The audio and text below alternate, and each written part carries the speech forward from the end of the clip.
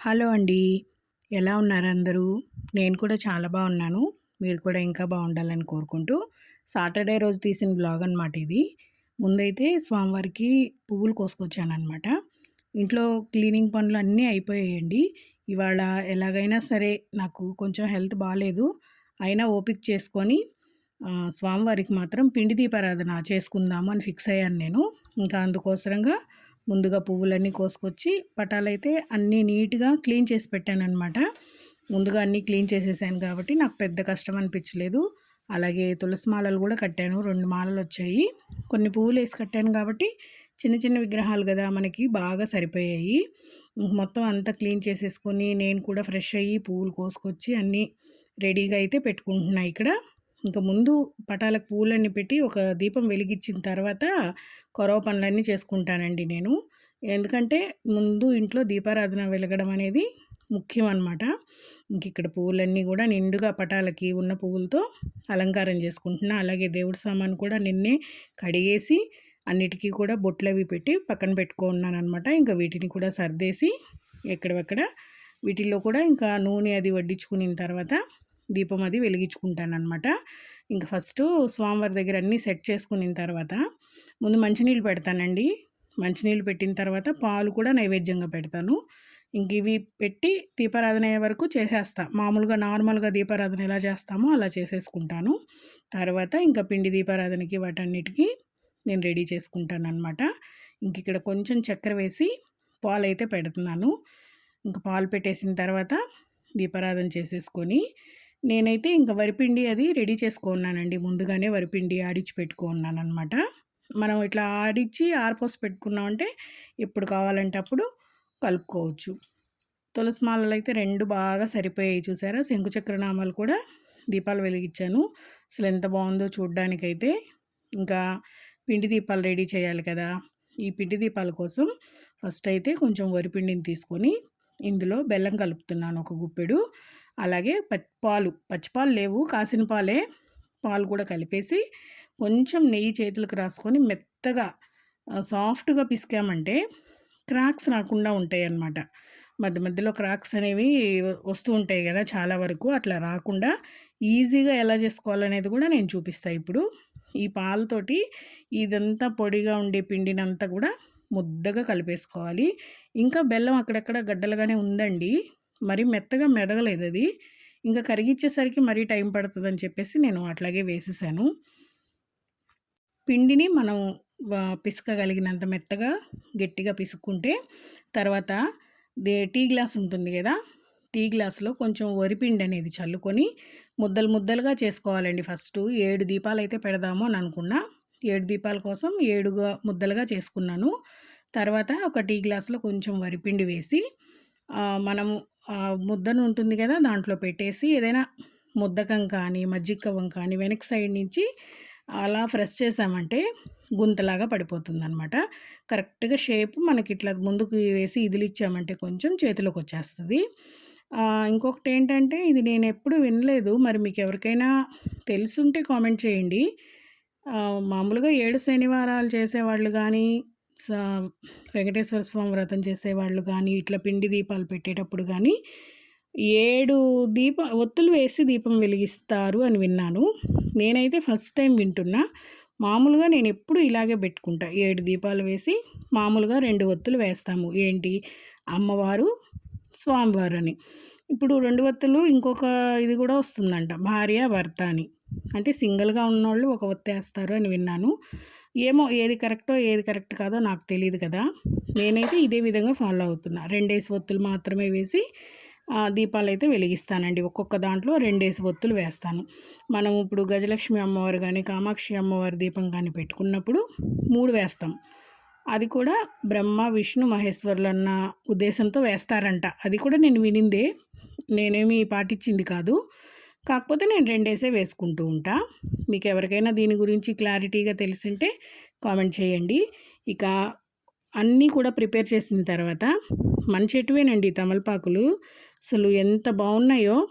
కోసుకొచ్చాను, అన్నీ కోసుకొచ్చి నీట్గా వాష్ చేసుకొని ఈ దీపాలు పెట్టడం కోసం ప్లేట్ రెడీ చేసుకుంటున్నా. నార్మల్గా కూడా పెట్టచ్చు, కాకపోతే ఇట్లా పెట్టుకోవాలి అని అనిపించింది నాకు. ఇంకా ఇక్కడ ప్లేట్లో అయితే అన్ని వరుసగా వేసేసి చేసుకున్న దీపాలని పక్కన పెట్టున్నానమాట. ఈ ఆకులంతా కూడా వేసి సర్దేసిన తర్వాత తిరునామాలు దిద్ది దీపాలకి పెడదాము అని అనుకుంటున్నాను. చూపిస్తా ఇప్పుడు మీకు నేను అది ఎలాగ వేశాను కూడా. మామూలుగా గంధం కొంచెం వాటర్లో కలిపేసి ఒక పక్కన పెట్టుకున్నాను, కుంకుమ కొంచెం వాటర్లో కలిపేసి ఒక పక్కన పెట్టుకున్నాను అనమాట. మనం కడ్డీ పుల్ల కొత్తది కానీ లేదా ఇయర్ బడ్స్ ఉంటే అవి కొత్తవి అయినా కూడా పుల్లలు తీసుకొని ఇలా నామం దిద్దుకుంటూ చూపిస్తున్నా. చూసారా, నేనైతే కొంచెం కడ్డీ పుల్లని విరిచాను అనమాట. ఇలాగా గంధంతో ఫస్ట్ మెయిన్గా పెట్టుకునే నామం పెట్టుకొని మధ్యలో ఎర్రగా కుంకుమతో కలిపింది పెడతాను. ఈ గంధంతో కలిపి పెట్టేది స్వామివారును, ఎర్రగా పెట్టే తిలకం వచ్చేసి అమ్మవారుగా భావిస్తారట. ఈ తిరునామం అర్థం అది అని విన్నా. అదే నేను వినింది మీకు చెప్తున్నాను అనమాట. ఇంక ఇలా నామాలు పెట్టుకున్న దీపాలన్నిటికీ కూడా ఇదే విధంగా నామాలు అయితే దిద్దుకున్నానండి. చాలా ఓపిక చేసుకొని తెచ్చుకొని, అసలు ఈ మధ్య బాగాలేదు, అస్సలు హెల్త్ బాగాలేదు. దేవుడికి పెట్టడం కూడా చాలా తగ్గించేసా. అంటే నార్మల్గా దీపారాధన మా వారు చేసేస్తున్నారు కానీ నేనైతే ఏమి పెద్దగా చేయలేకపోతున్నా. ఖచ్చితంగా ఇవాళ చెయ్యాలి, రేపటి నుంచి నాకు ఇది తగ్గాలి అన్న సంకల్పంతో పెట్టానండి నేను ఇది. కానీ 100కి 100% నాకు తెల్లవారి తగ్గింది. నేను చాలా వరకు రికవరీ అయ్యానని అయితే చెప్తా. ఎందుకంటే కష్టం వచ్చినా నష్టం వచ్చినా ఆయన పాదాలని వదలను నేను. ఏదేమైనా సరే పట్టుకుంటా అలాగే. ఇంకా నిన్నైతే కూర్చోలేకపోయాను కూడా దేవుడి గదిలో. అయినా కూడా నేను పెట్టాలి అనే ఉద్దేశంతోనే పెట్టాను. నాకు ఇవాళకి మాత్రం చాలా వరకు రికవరీ అయిందండి. ఇది మాత్రం నేను 100% చెప్తాను. ఉన్నాడు స్వామి, మన మాట వింటున్నాడు అన్నదానికి ఇంతకన్నా నిదర్శనం అక్కర్లేదు అనిపించింది నాకు. ఇక ప్లేట్ అంతా కూడా రెడీ చేసుకొని స్వామివారి ముందు తెచ్చిపెట్టి అన్ని దీపాలు కూడా వెలిగించిన తర్వాత నాకు తెలిసినవి ఏవో కొన్ని మంత్రాల్లాగా అలా స్తోత్రాల్లాగా చదువుకొని గోవిందనామాలన్నీ చదువుకొని, ప్రసాదం అయితే ఏం ప్రిపేర్ చేయలేదు, పాలు పండ్లు పెట్టాను, కొబ్బరికాయ అయితే కొట్టాను. ఇంక ఇక్కడ హారతి ఇచ్చేస్తున్నా. నాకు నిజంగా మనసుకి అసలు ఎంత హ్యాపీ అనిపించిందంటే కళ్ళల్లో నుంచి అలా వచ్చేస్తున్నాయి అసలు వాటర్ అయితే. నన్ను నేను కంట్రోల్ చేసుకోలేకుండా ఉన్నాను. వీడియోలో మాత్రం మీకు చూపించలేదు కానీ చాలా వరకు నాకు కళ్ళల్లో నుంచి వచ్చేసేయండి. ఇంకా పూజ అంతా చాలా బాగా జరిగింది. ఇంక పూజ అయిపోయిన తర్వాత బొట్టు అది పెట్టుకునేసి నేను కూడా తులసమ్మ దగ్గర కూడా దీపారాధన అది చేసుకొని తర్వాత చూసారా ఎంత బాగుందో. అసలు చూడడానికైతే ఎంత హ్యాపీగా అనిపించిందో నాకు. ఫస్ట్ కళ్ళలో నీళ్ళు వచ్చేస్తున్నాయి అసలుకి. నాకే తెలియట్లేదు ఎందుకు ఇట్లా అవుతుందా అనేసి. కానీ చాలా బాగా జరిగిందండి. నాకైతే చాలా హ్యాపీ అనిపించింది. ఇంకా వంట అది కూడా ప్రిపేర్ చేయాలి. కానీ నేను కూడా టిఫిన్ అది ఏం తినలేదు. మామూలుగా పెట్టేసిన తర్వాత ఒక పొద్దుతో లాగా ఉంటుంది కదా అన్నట్టుగా తర్వాత తిందాంలే అని చెప్పేసి అటు ఇటు 12 అయిపోయింది టైము. ఇక పెరుగు పులుసు అంటాము మా స్టైల్లో అయితే, అదే ప్రిపేర్ చేస్తున్నా. మజ్జిగ చారు అంటారు, చాలా రకాలుగా పిలుస్తారు. నేనైతే పెరుగు పులుసు అని అంటాము. పెరుగుని చిక్కగా ఉన్న పెరుగుని కొంచెం పల్చగా చిలక్కొట్టుకొని ఎక్కువగా ఉల్లిపాయ ముక్కలు పచ్చిమిరపకాయ ముక్కలు వేసుకొని ఆవాలు జీలకర్ర పచ్చెనపప్పు మినపప్పు తిరగమాతకు వేసుకొని కొంచెం కరివేపాకు కూడా వేసుకొని ఉప్పు పసుపు వేసుకొని మనకంతా తిరగమాత వేగిందన్నప్పుడు ఈ పెరుగు ఎత్తి వేసేస్తాము. చాలా బాగుంటుందండి టేస్టీగా. ఎక్కువ చేసుకున్నప్పుడు మిగిలినా కూడా పెరుగు వడకు కూడా యూజ్ అవుతుందన్నమాట. అప్పుడప్పుడు నేను అలా కూడా చేస్తూ ఉంటాను. చాలా టేస్టీగా కూడా ఉంటుంది. పెరుగు ఏదైనా కొంచెం ఉంది మజ్జిగకి సరిపోదు అనుకున్నప్పుడు ఈ విధంగా చేస్తూ ఉంటా. ఇక కూర కూడా ప్రిపేర్ చేయాలి, పప్పు చేద్దాము అని అనుకుంటున్నా. ఫస్ట్ అయితే ఇంకా ఇది తిరగమాత వేసేసి ఎర్రగడ్డ ముక్కలు బాగా వేగిన తర్వాత మనము పచ్చిమిరపకాయలు అవి కూడా వేస్తాం కదా, అన్నీ బాగా వేగిన తర్వాత దీనికి కారం అనేది సరిపోతుందంట. మనం వేరేగా కారం అనేది వేయవసరం లేదు. మామూలుగా మనం తినేటప్పుడు కూడా మనకు తెలుస్తుంది ఆ టేస్టు. ఇక నేను ఉల్లిపాయ ముక్కల్లోనే కొంచెం సాల్టు అలాగే కొంచెం ఎక్కువగానే వేసుకుంటామండి పసుపు. ఎందుకంటే కలర్ కూడా కొంచెం ఎల్లో కలర్లోనే కనిపిస్తుంది. ఎందుకంటే ఇది మనం ఆర్గానిక్గా ఆడించుకున్న పసుపే కాబట్టి కొంచెం ఎక్కువ వేసుకున్నా ఏం ప్రాబ్లం ఉండదు. ఇంక ఇట్లా అంతా వాడ్చుకొని లాస్ట్లో అంతా ఏగింది అని అనుకున్నప్పుడు పెరుగు ఎత్తి దాంట్లో వేసేస్తాము. పెరుగుని వేడి చేయకూడదు, ఇరిగిపోతుంది. కొంచెం ఈ తిరగమాత వేడికి సరిపోతుంది. ఇంక ఇదంతా వేగిపోయింది కదా, నేను ఇప్పుడు పలచగా చేసి పెట్టుకున్న పెరుగునైతే ఇందులో వేసేసుకొని ఫైనల్గా ఉప్పు అది చూసుకున్నాను, సరిపోయింది నాకు. తర్వాత మళ్ళీ పక్కన వేరే గిన్నెలోకి తీసి పెట్టేసుకున్నా. ఆల్రెడీ రైస్ కుక్కర్లో కలిపి పెట్టేస్తున్నాను, ఎందుకంటే ఇప్పటికే 12:30 దాకా అయిపోయింది. ఇంకా టిఫిన్ కూడా అలాగే ఉంది, ఇడ్లీ. ఇంకా ఇప్పుడు తింటే ఇంక మళ్ళీ భోజనం చేయలేము. సరే అని చెప్పేసి దాన్ని పక్కన పెట్టేసి, మొన్న తెలిసిన వాళ్ళు ఆకిచ్చున్నారు. దీన్ని అటిక మామిడాకు అంటాం కదా, దీంట్లోనే ఇంకొక వేరియేషన్లో ఉంది ఆకు. ఇదైతే నేను ఎప్పుడు చేయలేదు. ఇది కూడా అదే పేరు వస్తుంది అని చెప్పారు. టేస్ట్ కూడా బాగుంటుంది అని అన్నారు. సరే ఇది వేసి పప్పు చేసేద్దామని అనుకున్నా. పప్పు అయితే చాలా టేస్టీగా కుదిరింది. సాయంత్రం చపాతీలో కూడా సూపర్గా ఉండింది. ఇంకా పప్పు అయితే మాత్రం మామూలుగా కూడా ఇందులో చాలా హెల్త్ బెనిఫిట్స్ ఉంటాయి అని అంటారు కదా. కిడ్నీలో స్టోన్స్ను కూడా మెల్లమెల్లగా కరిగిస్తుందంట మనం రెగ్యులర్గా తీసుకుంటూ ఉంటే. ఏదైనా హెల్త్ బెనిఫిట్స్ ఉన్నాయి అని అంటే మాత్రం మనం స్కిప్ చేయకుండా తీసుకోవడమే మంచిది. నేనైతే ఈ ఆకు పప్పు కొంచెం వేసి ఆకు ఎక్కువ వేస్తాను. ఏదైనా ఆకుకూరలు వండేటప్పుడు ఆకు క్వాంటిటీ ఎక్కువ ఉండేటట్టుగా, పప్పు క్వాంటిటీ తక్కువ ఉండేటట్టుగా చూసుకుంటా. గడ్డి పరక తీసేస్తున్నా.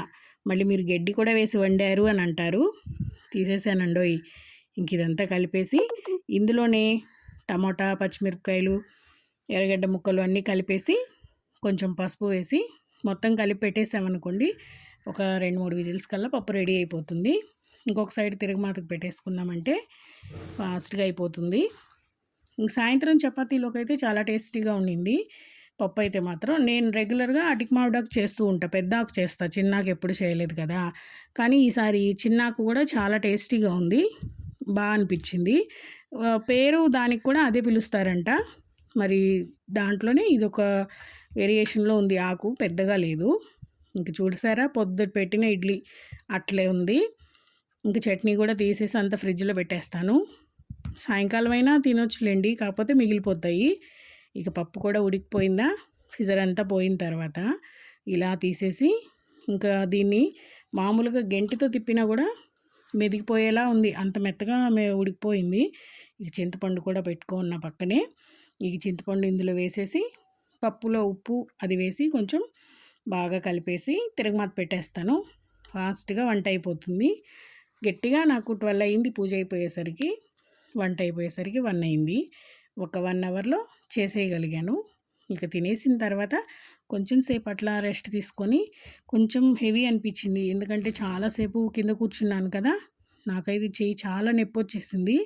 ఇక నాకు తెలియకుండానే నేను నిద్రపోయాను. ఇక సాయంకాలం మామూలుగా చపాతీలోకి సూపర్గా ఉండింది కర్రీ అయితే.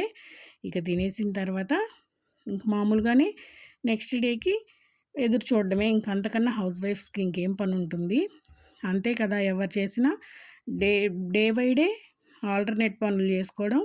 ఉదయం ఏం చేస్తాం, మధ్యాహ్నం ఏం చేస్తాం, సాయంత్రం ఏం చేసి పెడదాం ఇంట్లో వాళ్ళకని ఎదురు చూడడమే కదండి మన పని. ఇంక అంతకన్నా ఏముంది. ఇంక నేను కూడా అంతే అందరిలాగే. ఇక తినేసిన తర్వాత అయితే చాలాసేపు అట్లా రెస్ట్ తీసుకునేసి పడుకున్నాను. ఇక ఇవాళకి ఇదేనండి వీడియో. నచ్చిందా అండి వీడియో మీకు? వీడియో నచ్చినట్టయితే లైక్ చేసి షేర్ చేసి ప్లీజ్ డూ సబ్స్క్రైబ్. ఉంటానండి, బాయ్ అండి.